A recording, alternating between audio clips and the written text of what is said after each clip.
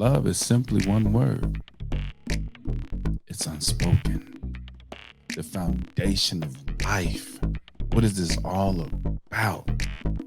There is no greater narcotic on this planet. You can line them all up and it won't come close to the dopamine hit that you get from love. Because love don't even have to touch you to make you feel some kind of way special.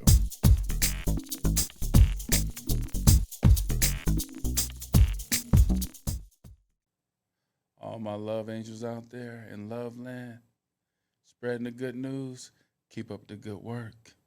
Keep on bringing everybody into this happy family of love. That is the art of love with Dr. O, and I'm yours truly, Dr. O.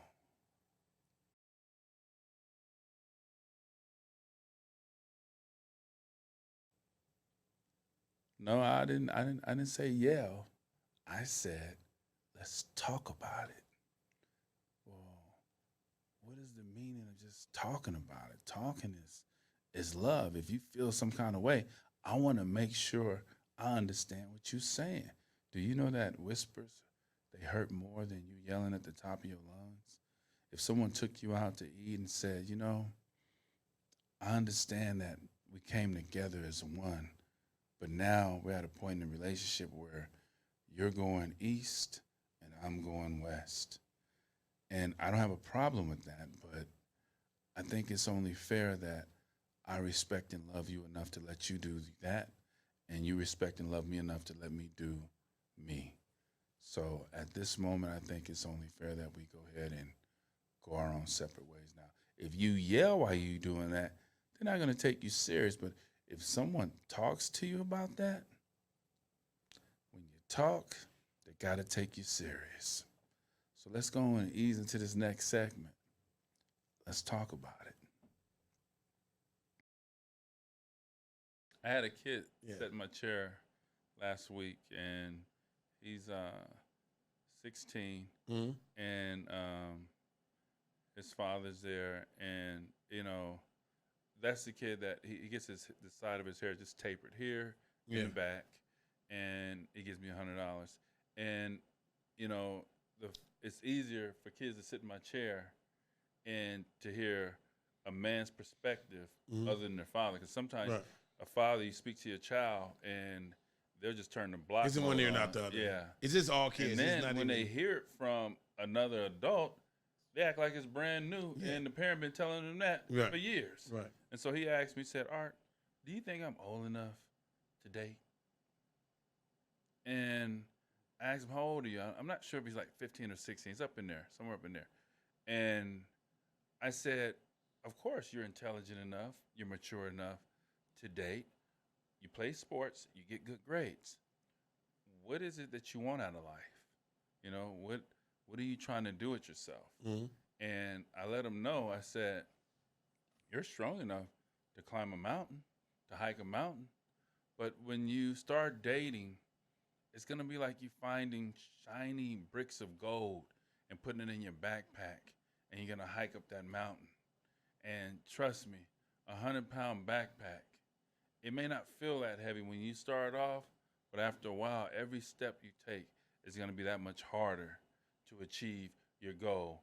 And 9 times out of 10, you're not gonna be able to achieve your goal. And then you're gonna just have that shiny brick of gold, and then it's gonna tarnish. You're gonna realize it was just a gold plated brick. Wasn't even real. So I said, are you mature enough to hike that mountain? Of course. When you know that you need every opportunity and every advantage you have to excel amongst other athletes, when millions play it, thousands check into high school to do it, and only a few hundred go to college, and then let alone to the NBA, and only six start. It's like you want every advantage that you have. Yeah. And I asked him, so now you tell me after I said that to you, would you rather hike that mountain up with a light backpack with the essentials, water, and Right. or would you want to weigh yourself down and get caught up into things that, from my experience, and if you talk to a lot of other Yeah. gentlemen, they would have probably just focused on their goals and, like you said, Well, you know, it, Look, first of all, I 100% agree with you, but I think a lot of things that what we have to realize, when you're 15 and 16, you're especially 17, whatever. You're at the age where you think you know. Yeah. You know what I mean? You think you know. You can you know what it is. You don't need to be taught anything. Anymore. I mean, so if a 16-year-old or 17-year-old would have come to me, hey, I think it's cool. You got a girl that you like, and she like you and everything. But what you have to understand is that this is not the last one. You have to enter into, this ain't the last one. This is somebody I like right now, right? And but you stay focused. Hey, you stay focused. Mike, you can't tell me that when I'm 15 and I'm in love, bro. Man, this listen. is the first. Yeah, and but this is the last. But here's the thing. Here's the thing about that, though. See, this is why I'm a little different, because I know what I'm telling them. They hear you. The way I raise, let me back up. I raised my kids to be grown, not to be 14, not to be 15, right? So I tell my kids things that 100% all evidence is showing is going in one ear and out the other. 100%. 100%. It goes in one ear and out the other. But I repeat myself over and over again. And the reason why I repeat myself over and over again is because when a situation comes up, they know what to do. Yes. Because I've told it to them. Right. So when it shows up. So it's just like going on the plane, right? I'm about to travel next week. Just like going on a plane.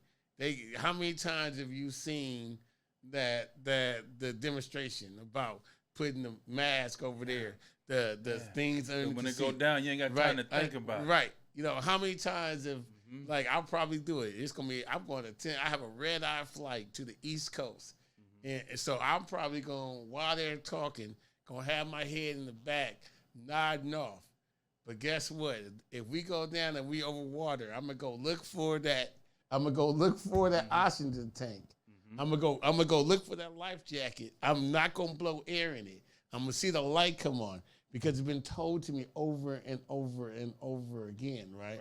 So what happens is you have to train these kids, especially nowadays. We have to train them in a sense where we tell them everything, and we know, and we have the feeling that they're not listening, but they know what to do when the situation happens. That's beautiful, right? So when I say, "Hey, man, you got your little girl. That's cool. That's good stuff." Hey, Mike, just want to let you know she gonna act a little crazy, and I know you don't see it now, but when she acts a little crazy, you may just have to pull off and say, "Okay, let me go on about my business."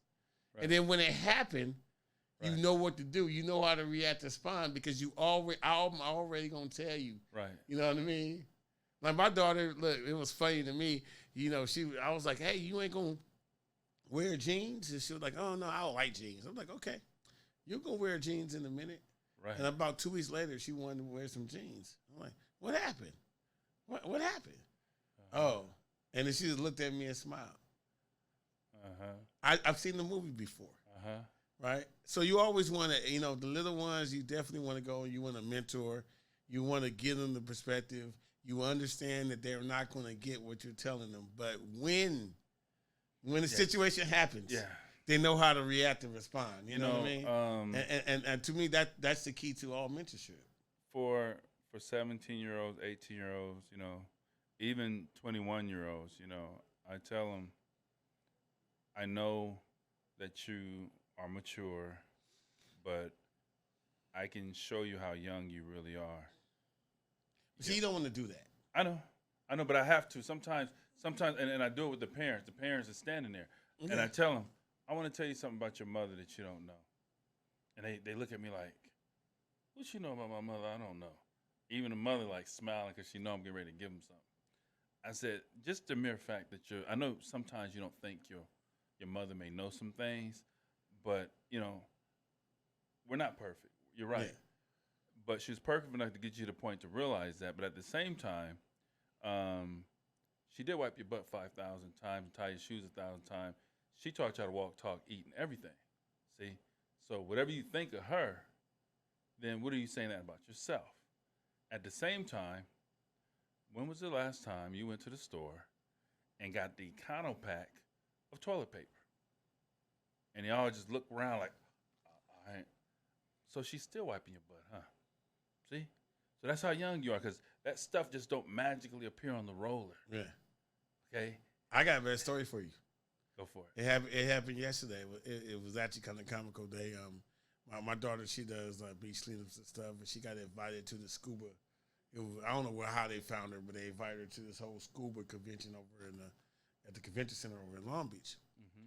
And over there they had timeshares. They had timeshare stuff. And right.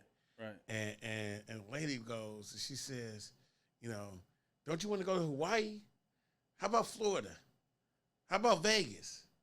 Right? She's just throwing out all these cities, to all these places. And I wasn't there, but my wife told me, she said, my daughter was like, I've been to all those places. Yes. They didn't see that coming. See, my daughter was like, that coming. My daughter was like, wait a minute, I've been to Hawaii, I've been to Florida, I've been to Las Vegas, I've been to Dallas. I mean, because they were selling, don't you want to go to these places? Right. And my 14-year-old daughter was like, I've already been there. Right. And like you see where it is. You see, do you know how many people? We're blessed. But do you know how many? Super blessed. But do you know how many people haven't had experiences that you've had? Some people never even left California, right? Or the state that they're in. Yeah, but it's so funny because they were trying to. The salespeople were trying to say, "Don't you want to go all these places?" Right. She's like, wait a minute, I've been all those already places. Been there, done that.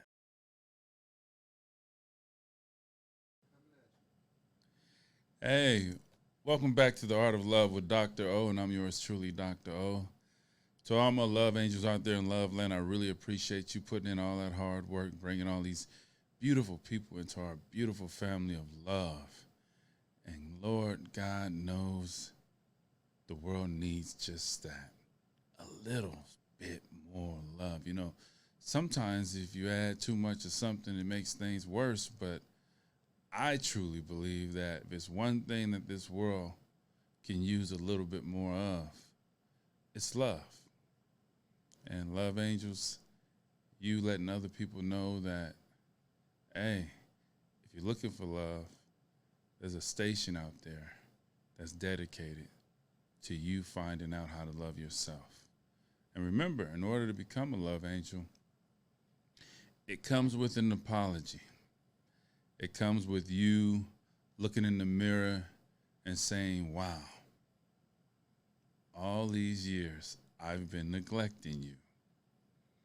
I've been cheering for teams and athletes and entertainers that chances are in my lifetime I'll never meet. Believing in people that some didn't even believe in themselves. Putting all this work towards everything except for the most important thing, and that's you in the mirror. And surely, by all means, if you could cheer for a team and an athlete and entertainer that you'll probably never meet in your lifetime, I'm not saying there's anything wrong with enjoying and entertaining yourself with that, but at the same time, it'll probably make you a better fan if you learn how to love yourself. So you might want to start with the entertainer, the athlete, the superstar, the world's richest human being, and that would be you, looking in the mirror. Stop getting excited about people's material things that you think they have that you don't have, when in actuality, it doesn't exist. As rich as people would like to believe they are, throw this at them. You can write a check that they can't cash, and that would be your bank account. Have you seen any of their money in your bank account? No. Then it doesn't exist. It doesn't exist. But what does exist is that person in the mirror that's waiting for that apology to say, I'm sorry. From this day forward, it's you and me. I'm going to learn to love you. I might not be perfect in doing it, but I'm going to try. And eventually, I'm going to get there. So you're certified as a love angel once you do that. And today's topic, we're going to talk about the number 3. What is the significance of the number 3? Dr. O, why is the number 3 so important? And why is it your favorite number out of all the numbers that exist? What's so special about the number 3? Well, for starters, throughout the ages, historically speaking, our ancestors, they knew the significance of 3. You know, for some reason, and you guys, my love angels, you already know I love science. For some reason, it seems like society was at a certain level of knowledge and wisdom, and then it fell off. It seemed like we were here because how is it that our ancestors know things that we have yet to learn and know? And now we're here. And we have to ask ourselves, did someone rob us of that knowledge to control us? That's just something to think about. And maybe we'll talk about that in another time. But back to the significance of 3. Everything in our existence takes more than 1. You know, for something to exist, it takes something greater than it. And I've spoken about this on prior segments, and that is the simplification of it is it took your mother and father for you to exist. The beauty of that. And, you know, in early forms of texting, we use the number 3 for what? To create a heart. See, and this is the art of love. So 3 is an extremely powerful number. It's actually the most abundant element that exists in our universe. Hydrogen, helium, and oxygen. It's all love. Such a powerful number. You know, there's 3 yous that exist. What do you mean, Dr. O? There's 3 me's.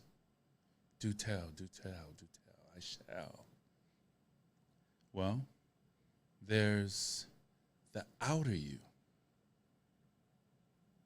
And then there's the physical you. And then there's the inner you. What do you mean by the outer you, Dr. O? Well, there's the perception that you have of yourself. And interlock inside of that perception is 3 more things. That is your perception of who you would like to be, who you are, and who you dare not to be. It is 3. As it is the physical you. There is the physical you that you would like to be, the reality of who you are, and then just the thought of who you dare not to be. And then there's the internal you. And that would be how you would truly like to love yourself and for all the beautiful, incredible events that's taking place inside of you, that's happening. and what you hope and pray not to exist inside of you.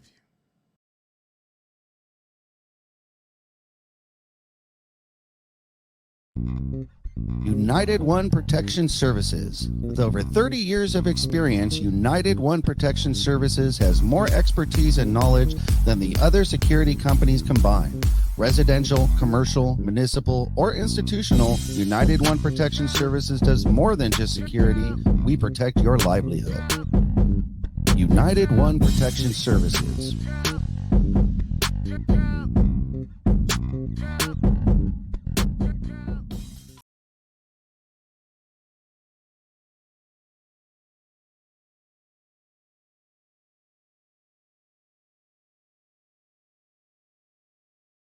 Welcome to the Art of Love with Dr. O, and I'm yours truly, Dr. O. To all my love angels out there in love land, I appreciate you putting in all the hard work, bringing these beautiful angels of love into our happy family of love. You know, you have to remember that before you can love anyone, one must first love thyself. Is that selfish to do so? No, not at all, because you want to make sure that you're giving love in the proper context, and that the only way to completely do that is for you to understand what that is. And the only way for you to truly understand what that is for you to first love yourself. The understanding of it come from you loving yourself. Of course, we all, if we had good moms, we had our strongest dopamine hit of love from our mom, you know, carrying us 9 months, talking to us in the womb, and then bringing us into this world, you know. So remember that. You can't love your kids, mom, fathers, can't love your significant other until you first start that road of loving thyself. You know, I always encourage you to master the universe that exists inside of you.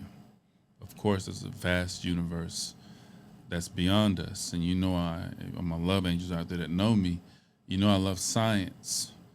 As many as there are countless stars in the skies, you have trillions of cells that exist inside your body. And each one of those individual cells have their own system of living and doing things for you. And guess what?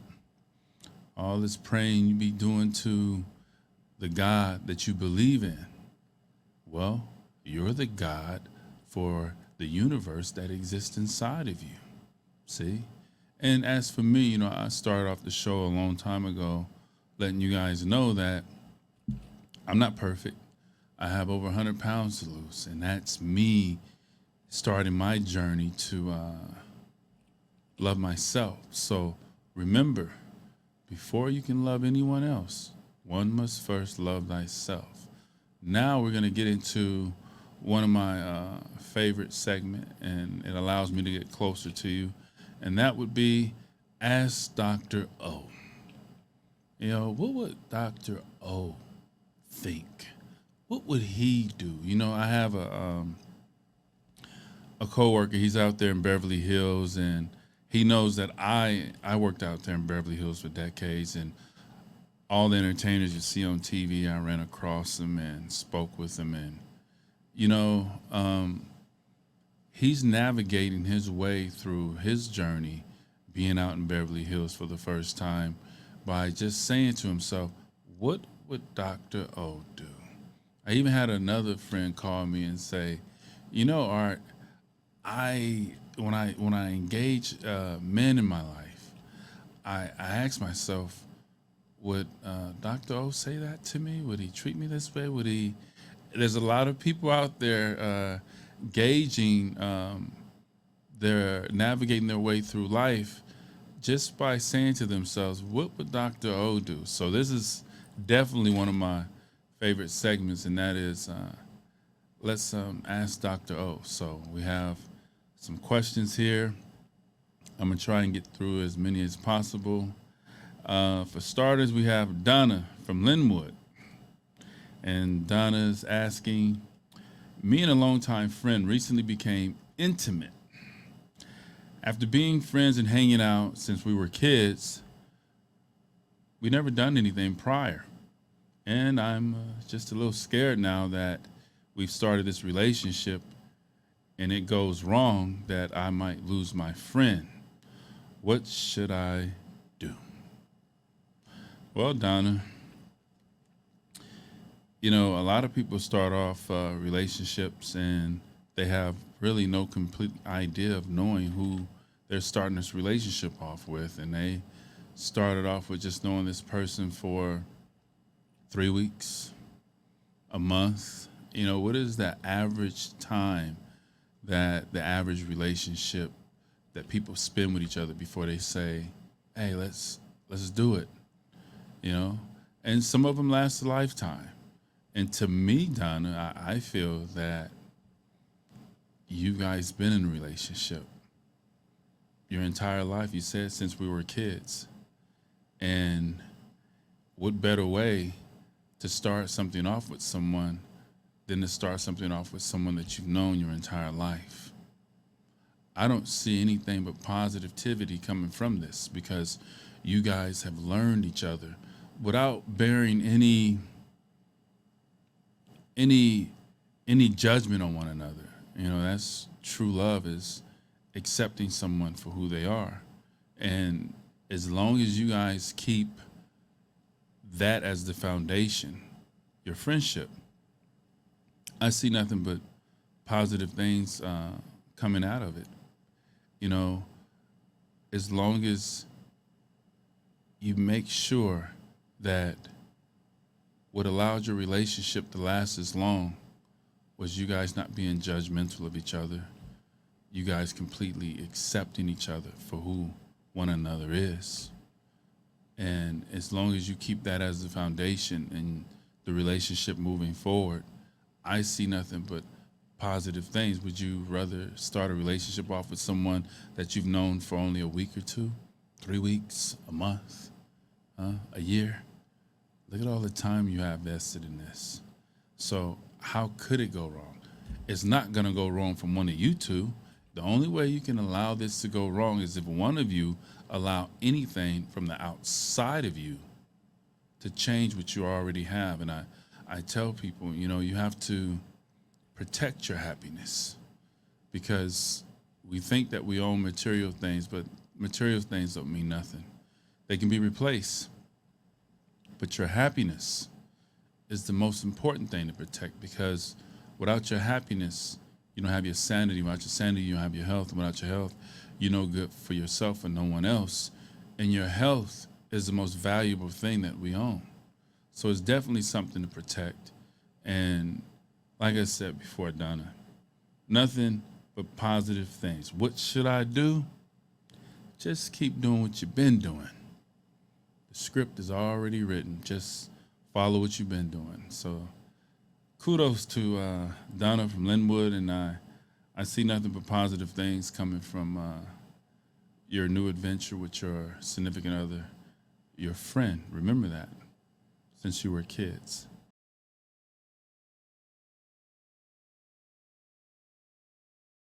I really enjoyed that show, and hopefully a lot of you enjoyed that show. My love angels out there in Loveland, I appreciate you. And of course, this is that part of the show that we got to go ahead and ease on out and fade to black.